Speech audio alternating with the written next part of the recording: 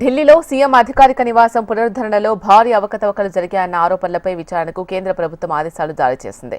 Six flags staff రోడ్లో 40,000 చదరపు గజాల విస్తీర్ణంలో ఉన్న ఈ బంగ్లా ఆధునీకరణ కోసం నిబంధనలు ఉల్లంఘించారు అనే ఆరోపణలపై సమగ్ర విచారణ జరిపి వివరణాత్మక నివేదిక తయారు చేయాలని కేంద్రం ఆదేశించింది.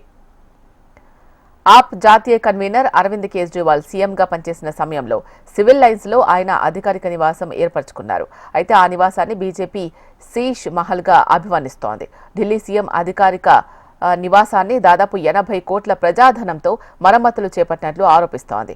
ఆధునీకరణలో భాగంగా టాయిలెట్లో golden commode, swimming pool, mini bar వంటివి ఏర్పాటు చేసుకున్నారని బీజేపీ నేతలు తీవ్ర స్థాయిలో ఆరోపణలు చేస్తున్నారు. ఈ బంగ్లాను పునరుద్ధరించడంలో పెద్ద స్కామ్ జరిగిందని కమల దళం తీవ్ర స్థాయిలో ఆరోపణలు చేసింది. ఇదిలా ఉంటే ఈ నెల 19 లేదా 20 తేదీల్లో కొత్త సీఎం ప్రమాణ స్వీకారం చేయబోతున్నట్లు తెలుస్తోంది. నూతన సీఎం ఈ బంగ్లాకు దూరంగా ఉండాలని బీజేపీ నిర్ణయించుకుంది.